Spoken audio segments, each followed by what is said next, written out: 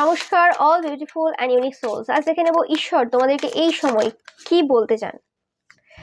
ওকে, ঈশ্বর বলছেন যে এই সময় তোমাদের সারেন্ডার করে দেওয়ার প্রয়োজন রয়েছে এবং সারেন্ডার এত ইজি জিনিস না।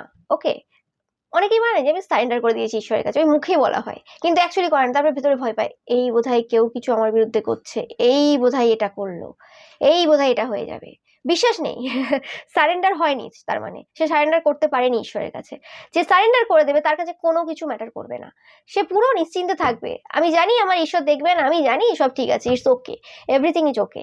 ছোটখাটো কিছু হয়ে গেলেও সে কোনো রকম ভাবে টেনশন করবে না, ঠিক আছে ইটস ওকে, এরকম টাইপের ব্যাপার থাকবে।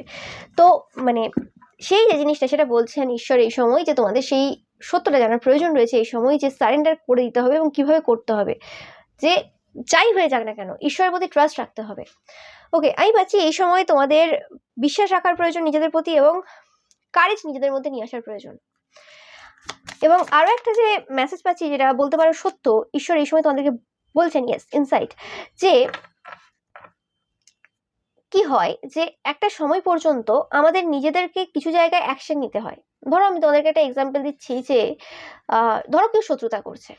ওকে, ফার্স্টে তুমি অনেকদিন লক্ষ্য করলে দেখলে তুমি শত্রুতা তার সাথে করছো না, সে নিজের থেকে শত্রুতা শুরু করেছে। এবং এটাও হতে পারে যে সে, তার মনে হয়তো তোমার সাথে শত্রুতা করার ইচ্ছে রয়েছে কোনো কারণে, হিংসা হতে পারে, যে কোনো কারণ হতে পারে। এবং তার সাথে অনেক অনেক পার্সনের ইনফ্লুয়েন্স রয়েছে যারা আগে থেকে তোমাকে চিনতো এবং তারাও তোমার সাথে শত্রুতা যাতে করে সেই পার্সনটা তাকে খুব ভাবে পুশ করেছে, তোমাকে একটা এমন হিসেবে পোর্ট্রেট করেছে তার সামনে যে সে আরো বেশি শত্রুতা করবে তোমার সাথে, যতটা তার করার ইচ্ছে ছিল তার থেকে বেশি।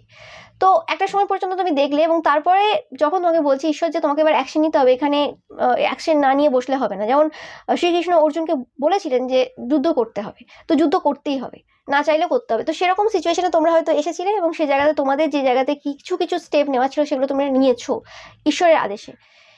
এবং তারপরে ঈশ্বর বলছেন এই সময় সারেন্ডার করতে। তো এই সময় ঈশ্বরের যে ইচ্ছে রয়েছে সারেন্ডার করে দেওয়ার, তো মানে তোমরা সারেন্ডার যাতে করো সেটা তোমাদেরকে করে দিতে হবে।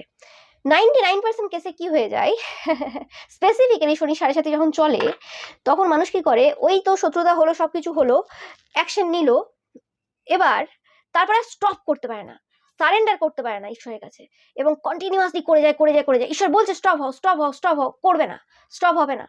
এবং সেই সময় থেকেই তারা যে কর্মফলগুলো ক্লিয়ার করলো আগের জন্মে, আরো তার থেকে বেশি কর্মফল নিয়ে নিল। তো সেই জিনিসটা বলা হচ্ছে স্টপ করে যাও। ঈশ্বর ঠিক সময় কিন্তু বারণ করে দেয়, সবাই সেটা মানতে পারে না। নিজের হাতে পাওয়ার পজিশন আসার ফলে সেভাবে না আমি করবো, ঈশ্বরের কথা আমি শুনবো না, সেটা করলে হবে না।